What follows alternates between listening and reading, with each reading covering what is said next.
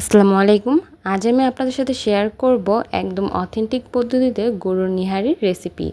আশা করি first to last দেখলে একদম পারফেক্টভাবে এই অথেন্টিক পদ্ধতিতে আপনারা নেহারি রান্নাটা শিখে যেতে পারবেন।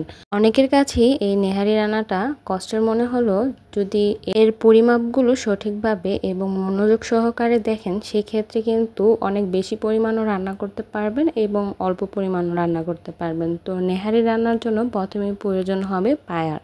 তো এখানে কিন্তু আমি একটি গরুর সবগুলো পায়াই নিয়ে নিয়েছি এবং এই পায়াগুলোকে প্রথমে একটি বড় হাঁড়িতে দিয়ে নিচ্ছি। এর মধ্যে এখন দিয়ে দিচ্ছি রসুন বাটা।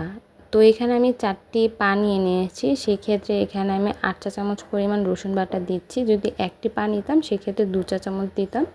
তো এইভাবে করি আমি রসুন বাটাটি প্রথমে দিয়ে নিয়েছি। তারপর দিয়ে নিয়েছি 4 চা চামচ পরিমাণ আদা বাটা। 4টি পায়ার জন্য আমি 4 চা চামচ পরিমাণ আদা বাটা দিয়েছি।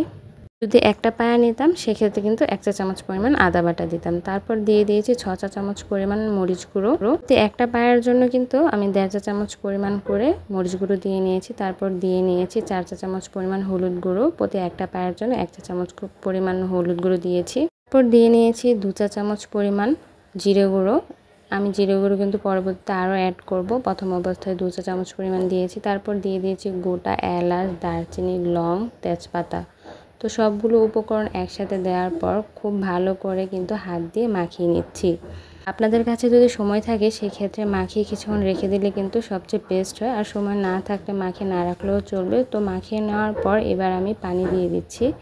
পানির পরিমাণ হচ্ছে এই নিহারি যতটুকু তার দ্বিগুণ পরিমাণ পানি। তো পানিটি দেওয়ার পর হাত দিয়ে ভালো করে আবারও মিশিয়ে নিচ্ছি। তারপর আরও একটু পানি দিয়ে এর মধ্যে দিয়ে দিচ্ছি কয়েকটা আস্ত কাঁচামরিচ এবং বেশ অনেকটা পরিমাণ পেঁয়াজ কুচি। তারপর ঢাকনা সহযোগে বিসমিল্লাহ বলে আমি চুলায় বসিয়ে দিয়েছি। প্রথম অবস্থায় কিন্তু হাই হিটে রাখতে হবে। যখনই বলক চলে আসবে ওই পর্যায়ে একটু নেড়ে চেড়ে দেব এবং একদম লো হিটে এই নেহারিকে আমি 3 থেকে 4 ঘন্টা রান্না করে নেব। অথেন্টিকভাবে এই নেহারিটি 2-3 দিন জাল দিলেই কিন্তু বেশ ভালো লাগে। তো আমি কিন্তু 2 দিনের মতন জাল করে তারপর এর মধ্যে বাগার দেব। তো প্রথম দিন বেশ অনেকটা পরিমাণ জাল করে নিয়ে আমি এই চুলাটি বন্ধ করে দিয়েছিলাম। তারপর দিন আবারও এই নেহারিটিকে আমি জাল করে নিচ্ছি। তো যখনই মনে হবে যে নেহারিটি খুব ভালো করে জাল হয়ে গিয়েছে ওই পর্যায়ে এর মধ্যে বাগার দিয়ে দিতে হবে। বাগার দেওয়ার আগে এর মধ্যে আবারও বেশ অনেকটা পরিমাণ জিরে গুঁড়ো দিয়ে নিচ্ছে এবং সাথে দিয়ে নিচ্ছে গরম মশলা গুঁড়ো। অবশ্যই কিন্তু নেহারি রান্নার ক্ষেত্রে প্রথম অবস্থায় লবণের পরিমাণটা একটু কমিয়ে দিবেন। যখন এই নেহারিটা একদম জাল হয়ে আসবে তখন ভালো করে লবণ চেক করে নেবেন এবং লাগলে লবণ দিবেন। তারপর বাগারের জন্য প্রথমে একটি কড়াইতে আমি দিয়ে নিয়েছি সরিষার তেল। তেলটি খুব ভালো করে গরম করে এর মধ্যে আদা থেতে করে না 5-6টি রসুন কুচি দিয়ে একটু বাদামি কালার করে ভেজে নিয়েছি। তারপর দিয়ে দিচ্ছি বেশ অনেকটা পরিমাণ পেঁয়াজ কুচি। দুটি উপকরণই একদম বাদামি কালার করে ভেজে তারপর এই নেহারির ভিতরে ঢেলে দিয়েছি।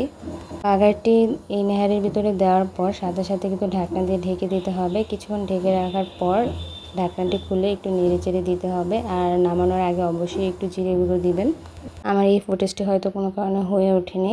তো আশা করি আজকের এই নেহারি রান্নার রেসিপিটা আপনাদের কাছে ভালো লেগেছে। ভালো লাগলে অবশ্যই ভিডিওতে লাইক দিয়ে আমার পাশে থাকবেন। সবাই ভালো থাকবেন। আল্লাহ হাফেজ।